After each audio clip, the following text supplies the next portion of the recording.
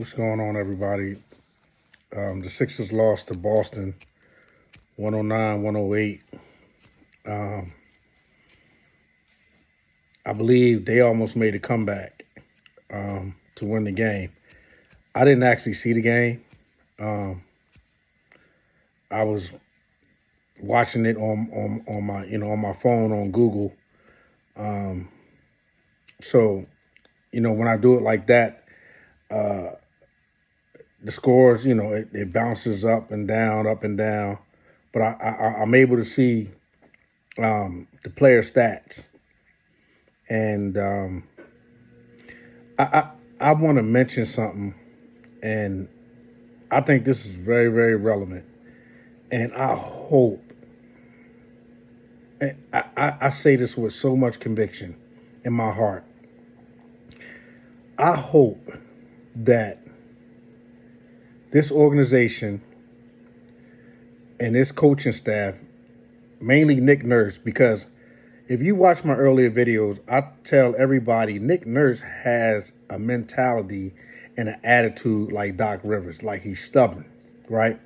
But he's tacitly stubborn. What I mean by that is like he's subtle with his stubbornness. You know what I mean? He sits there and he's kind of sneaky to me. Where Doc is just out. Doc was just outright with his shit. Doc tried to actually side rail Maxey's career, right? The crowd and the people demanded that he play Maxey because if it was up to him, right? Because people were asking for Maxey, he was gonna listen. I'm the coach of this team. I run this shit. And if I say he sits, he sits. This was his attitude. But what happened to Maxey? He flourished, right? Because the demand was so great that Doc couldn't. There's nothing he can do. Maybe the owners went to him and said, "Listen, put that young man on the floor." And eventually, Doc Rivers was the one that was shipped out.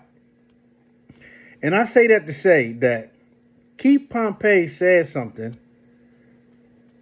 I think he had a little. He has a podcast with I think Mark Farzetta, and he went on, and I was very proud of Keith Pompey.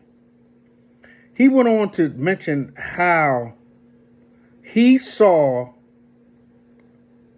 VJ Edgecombe standing in the corner waiting for the ball like the second coming of Tobias Harris. And I thought that was very, very powerful, right? He said, and that's not, get him involved. Him and Maxey are a backcourt explosive combination, right? But when VJ doesn't have when he doesn't have a killer mentality just as much as Maxey has a killer mentality, then so he pointed out, was they isolating him? Was they not feeding him the ball?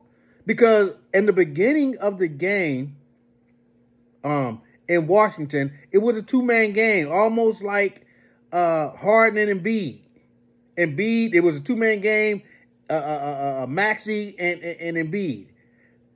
And I'm gonna listen. There's enough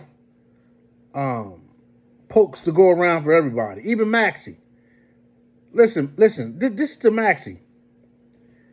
This young boy will help you get to where you want to go. If it's a championship as you aspire to win, then this young boy is going to help that. Now, you can latch on with Embiid, right? And tie yourself to, all these accolades about you shooting for the MVP and all that. All those are individual stats. That's fine, right? You are, or you have become, and you are the leader of this team, right? You have to recognize that VJ Edgecombe is somebody special. You have to be in his ear, right? You can't, listen, I get the camaraderie, I get the plan, but you need to tell this young boy, listen, man, from what I seen, from watching the player stats on my phone with Google, He was in the game the entire time, just as much as Maxey, and the only one that was in the game longer, I think, was Oubre, right? And I don't know what's up with Nick Nurse not having Quentin Grimes play more minutes, even if he's coming off the bench.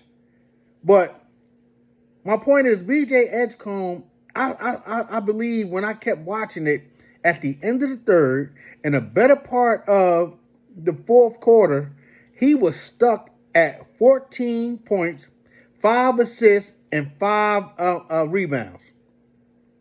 That means his movement with the ball had not gone anywhere. I kept looking to see if, okay, 2 more points, or, the Sixers score, is it VJ that did it? Or is it, and it was not VJ. He wound up scoring 3 more points in the fourth quarter, right? So he ended the game with 17. So I thought about what Keith Pompey said.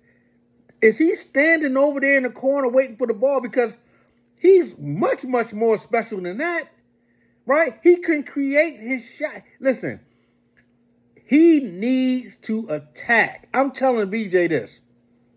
If you watch videos, you watch what people say, listen, you have to develop a toughness, a thickness, which I believe you have. I'm not questioning that at all. But I'm telling you that you have to be able to take command of your career. And I say that because it was the same. Listen, when Kobe got traded to the Lakers, Shaq tried to, play that bully shit with Kobe, right? And Shaq was a big dude, but Kobe wasn't having that shit. I heard rumors, I don't know how true it is, that Shaq even was smack Kobe. Kobe said, well, fuck it, we're going to fight. I don't care about that shit, but I know who I am, right? And I know I'm the man, right? They went on to win 3 championships, but Kobe went on to win 2 more by himself, right? With the team that he developed around him. Listen, Kobe let the league know, let the world know that he was special, right? And the same with Michael Jordan, man. Michael Jordan came in the league with guys like Artis Gilmore. These guys were stars. These guys had basketball cards and all that old shit. Who is this rookie? You understand what I'm saying? And Jordan had to move them out. And this is what VJ Edgecombe has to do. Listen, you cannot do what Maxey has done when Maxey first started here with Embiid. Starstruck. The big fella. Listen, fuck that. You are going to sink if you don't take control. Because this organization, man, the Sixers organization, you are in a weak organization, right? The Sixers, they are terrible, right? They have no class, right? And you and Maxey are building excitement because you are who you are, and you have to establish that, young buck.